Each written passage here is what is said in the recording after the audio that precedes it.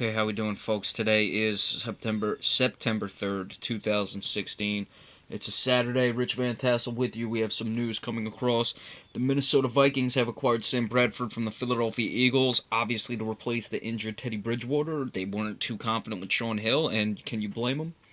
The Eagles are going to get a first round pick next season, as well as a conditional fourth rounder in the season after that, 2018. So this coming draft after this year, it'll be a first round pick. Then the next draft, it's a conditional fourth round pick. It can become a third round pick depending on how the Vikings do. They would have to reach the championship game. And I don't see that happening with Sam Bradford either.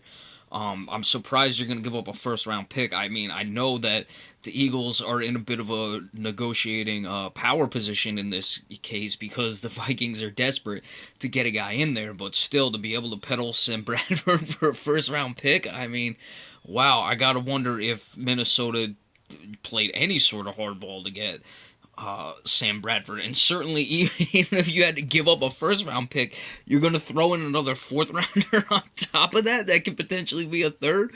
I mean, the third round pick should have been enough to get Sam Bradford, and you're throwing in two picks, one of them being a first rounder. Unbelievable. You know, people want to knock Jerry Jones all they want. I don't see Jerry Jones getting fleeced like this, and he was certainly in a position. Granted, he probably wouldn't have acquired Sam Bradford because they have Dak Prescott in place, but to get any veteran quarterback, this is unreal. As far as what it's going to do for the Eagles, this means obviously Carson Wentz will be the starter. They're talking about a rib injury, whatever. I don't know who the Eagles next in line. I don't even know if it's Matt Barkley or who the hell it is anymore. But you would assume Carson Wentz is going to be going the length of the season, so we'll have to see about that. As far as the Minnesota Vikings, I don't see what this is going to do necessarily. Sam Bradford, if anything, I'd say he's a worse option than Shaun Hill. While Shaun Hill isn't nearly the, I don't want to say athlete because they're probably similar athletes, though Sam Bradford's younger.